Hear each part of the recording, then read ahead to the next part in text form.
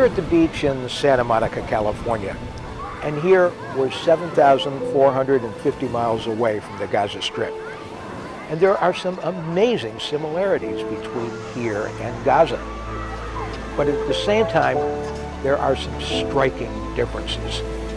Here, tourists come from all over the world. They come for the sun, the sand. They come for the amusements. They come for a day to get away from their daily lives, to take a break, a respite from the harsh realities of life. But in Gaza, when people go to the beach can be deadly. In point of fact, there are no places in the Gaza Strip that are immune from horrific attack from above. The people of Gaza are under siege. They're under blockade. And in Gaza, there is nowhere to run, nowhere to hide. There is no escape. And this is our story.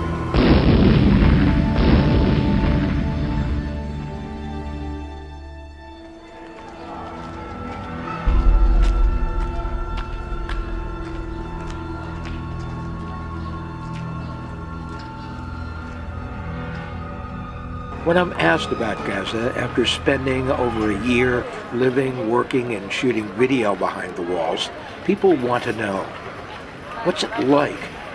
What are the people like? Were you afraid when you were there? My immediate answer is a simple one. Gaza, in many ways, is like any mid-sized city. There are people with money, those who live in abject poverty, people with fundamentalist religious views, people who are secular, people who support the government, people who are passionately opposed to its policies.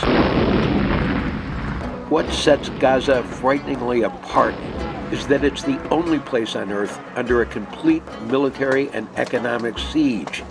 A siege that is physically and emotionally suffocating its population of nearly 2 million, over half of whom are under the age of 25.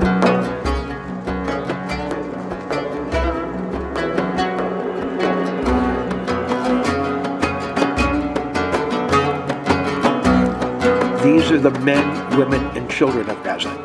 They are more than a collection of numbing statistics. And one thing that people keep telling me over and over and over again, you've got to help people come to Gaza. You've got to help them see what conditions are like here on the ground. But that said, it is now nearly impossible to enter Gaza. The only viable access for independent media is through Rafah in Egypt, as Israel severely limits access to the territory to freelance journalists. As such, there is very limited, if any, independent travel, and very little reporting of daily life inside the concrete and barbed wire confines of Gaza. So this is our story, an online video series updated in real time, chronicling a mission to Gaza, beginning in the U.S., then traveling to Egypt, and then into Gaza at the border. The motivation for this trip comes from the men, women, and children behind the barriers. They are locked inside. They speak eloquently about their condition.